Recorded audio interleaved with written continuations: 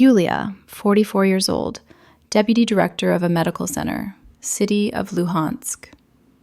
January 2022. Answers were provided in Russian. What was your summer like in 2014? What prompted you to leave or stay? I would love to write, I had a good summer, but no. The longest summer of my life. For the first time, I dreamed that it would end as soon as possible. It turned out that I stayed in Luhansk until August 26. The decision to leave was not spontaneous, it was the only possible one. To be in a war and not take part in combat, it is foolish. When armies are already shooting at each other, no one will pay attention to civilians, neither the attacking side nor the defending one. We interfered with both. No shell will bypass your house because there are your people. I still don't understand those who accuse the Ukrainian army of shelling. War is when everyone is shooting everywhere, and completely uncontrollable crowds of terrifying people on the streets, hordes of uncontrolled killers with weapons did not contribute in any way to a different resolution. I see no particular heroism in staying under occupation. If the city is to be liberated, we peaceful residents will only hinder our army. But this understanding did not come immediately. To realize this, I had to stay in the epicenter of the war for the most horrifying 3 months of my life. Is there a story of yours or your close ones that you would like to share? What struck you the most? My story is not unique. There were many like it. In early July 2014, they took my closest person to the basement. For almost 2 months, I didn't know if he was still alive or if they had wasted him, as they told me every day. But there's no point in talking about basements and prisons. Everything has been documented by eyewitnesses. However, it's hard to imagine for those who haven't experienced it. If I may, I'll share a vivid memory from that time. In our city, there used to be many roses. They survived the crash of the 90s, and they were recently replanted on the streets. Yellow, pink, white, and standard red ones beautifully adorned our unattractive city. I pull my cart with empty bottles along the long flower bed, thinking, how do they survive? There's been no rain for 2 months, the heat is unbearable, and yet look, they bloom and don't wither. A bit further from me, 3 more women with similar carts and bottles are walking. They move slowly, shoulders raised to their ears, backs bent, a quintessence of despair. Note, from August 2014 in Luhansk, there was no water, electricity, communication, and food supply for 40 days.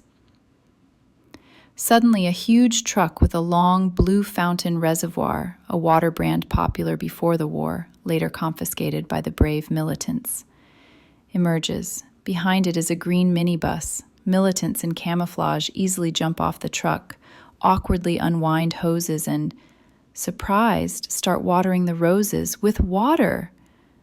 From the green minibus, well-dressed and apparently clean people with cameras and fluffy microphones emerge. I stopped my 2-wheeled vehicle and decided to observe the shooting and those aunties. Seeing water pouring onto the ground for which they break their backs every day, tearing muscles, dragging burdens, one quietly sank to the asphalt and began to fall on her side. The other, grabbing 2 carts, rushed to the water. Guys, dear ones, pour some water. We've been without water for a month. Children at home. Children. A disabled grandson. Help us. Water. The clean TV reporters gaze in astonishment at the crying aunt, at her friend sitting on the asphalt, waving a not very clean scarf and wetting her face with her saliva. Come on, get out of here. Don't you see we're filming? Go away, I said. Old fools, where did you all come from? I'll skip the indecent language, but I think everyone can easily imagine what was said to the poor ladies. 3 armed men stare at 3 crying women, each of whom is the age of the gunmen's mothers. Cameras and microphones are lowered. "Sonny, I beg you, water." She falls to her knees and crawls toward him, folding her hands in prayer. One of the militants kicks the air with his foot, showing how he will give her acceleration. Her friend rushes to help her and pulls her back to the starting position. They grab their bottles and, almost halfway bent over, respond slowly and leave. Rose watering resumes. Cameras are on. A shiningly clean woman with a fluffy microphone, smiling with pearly teeth, runs up to the burnt hero in clean camouflage who was just about to kick the woman. Camera. Action. How did the year 2014 change your life? That year didn't change my life. It shattered it into 2 halves.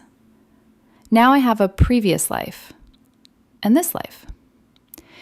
In the previous one, everything was structured, clear, familiar, and good. I worked hard and earned well. I knew exactly when and where I would go on vacation, where the nearest conference would be, and what I would be reading next year. In this life, there is only today. There is no past. It remains there, broken. There is no future because life can shatter again. I don't see the point in living what doesn't exist. If you had the chance to go back to 2014, would you do something differently? If yes, what specifically? Unfortunately, I didn't have a choice. The only thing I would change is reaching my friend's house, where there was water throughout August. Every time I tried to reach it, serious shelling would start.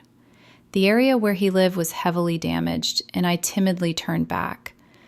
If I had gone another 200 meters, I could have bathed in running water. Now it's very hard to understand what it's like to lose one's human dignity. Watching the residents of my courtyard, who descended lower and lower every day, I realized how important it is to cling to at least the tail of civilization.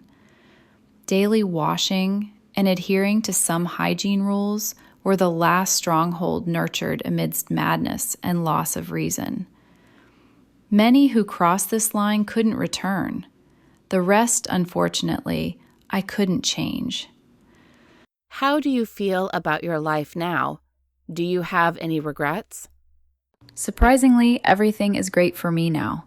I have a very valuable job, a beloved person by my side, wonderful friends, and like-minded individuals with whom we look in the same direction. I live in the fascinating city of Kyiv, and I have what I always lacked: the opera house, charming parks, and the enchanting Dnipro River, and the multicultural atmosphere of the capital. Yes, my backpack is full of very awful memories. They are always with me. Memories remain just as vivid and painful, but over almost 8 years, I've learned to live with them. It's a terrible experience, but it shaped me into who I am now. Do you plan your future? If yes, for what term? Yes, I plan for the future, but differently than in the quote-unquote past life before the war. The war and quote-unquote displacement taught me the importance of planning for tomorrow and old age. All plans between these 2 points don't make sense. January 2024. Declined to continue participating in the project. Justifying this decision by saying that nothing interesting happened. Editor's note: the person is always in Kyiv, under the shelling, and works in a medical center, and that she doesn't believe in victory and the existence of Ukraine, so she doesn't want to talk about it.